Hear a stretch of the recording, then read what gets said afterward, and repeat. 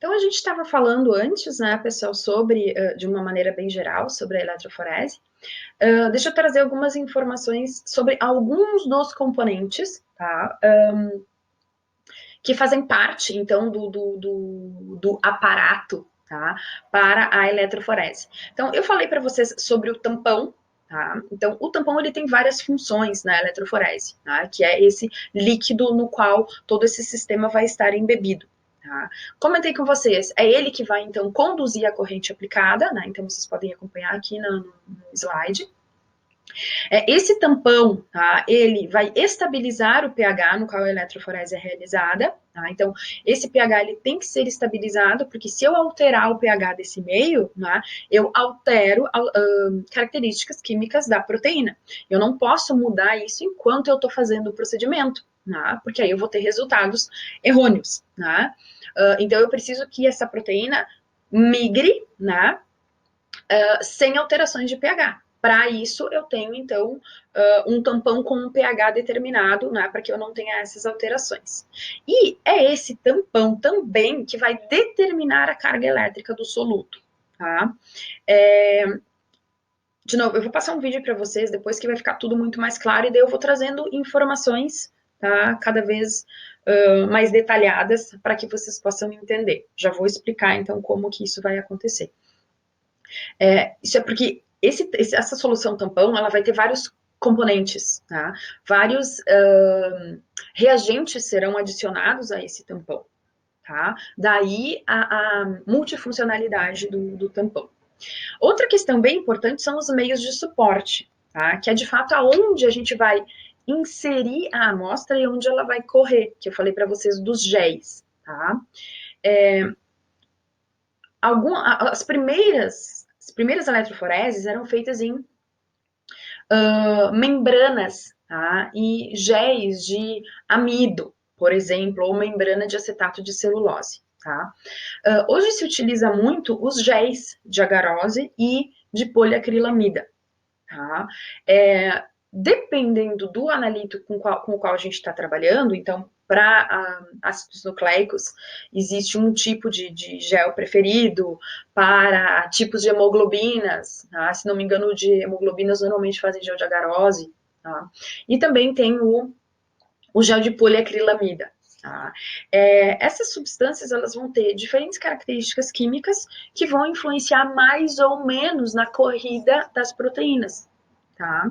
Além disso, as membranas e esses géis, eles vão ter porosidades diferentes, né? Por uma questão, a gente está falando de um meio físico, né, pessoal? Através do qual essa amostra vai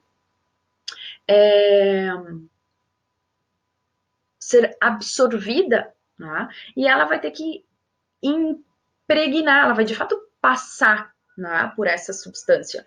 Então, o gel, né, ele é uma matriz, né, de componentes, é um emaranhado de componentes, que pode ser mais ou menos aberto, mais ou menos entrelaçado.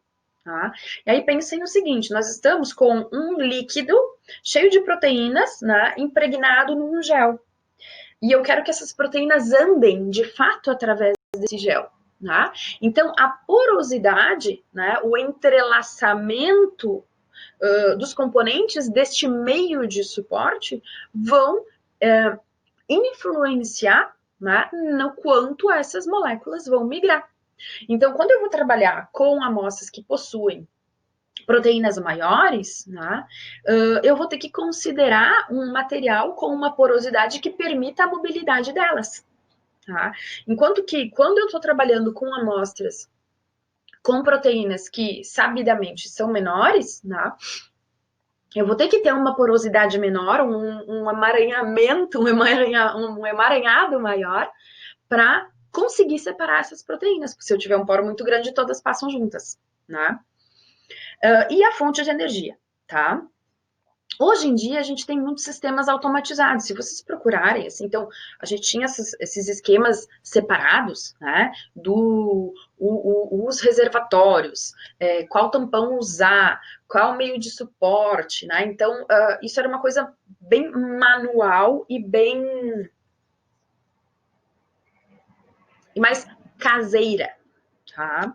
Hoje a gente tem esses sistemas automatizados, então assim, já vem a cuba com o tampão, com a fonte, com o meio, que é o que é resultado de tudo, do desenvolvimento dessas tecnologias, tá, pessoal? Só para mais vocês terem essa ideia.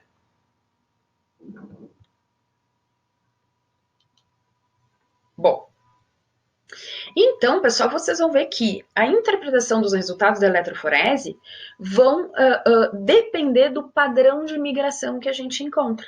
Tá? Eu faço assim porque normalmente a gente trabalha com eletroforese vertical, tá? Mas serve migração de cima para baixo, naquele sistema vertical, ou migração assim no horizontal. Tá? Então vocês viram que a gente vai ter uma migração da amostra, as proteínas vão se arrastar ao longo daquele meio. Então, existem vários fatores que vão influenciar a migração. Por isso que, observando a migração, eu consigo ter informações referentes às características químicas daquelas proteínas que compõem a amostra. Então, já falei para vocês, a carga elétrica líquida da molécula vai influenciar, né? Então, quanto mais ela se aproximou ou não, né, do polo positivo, o tamanho e a forma da molécula, porque ela vai precisar passar entre os poros, né, do gel ou da membrana, a intensidade do campo elétrico, tá?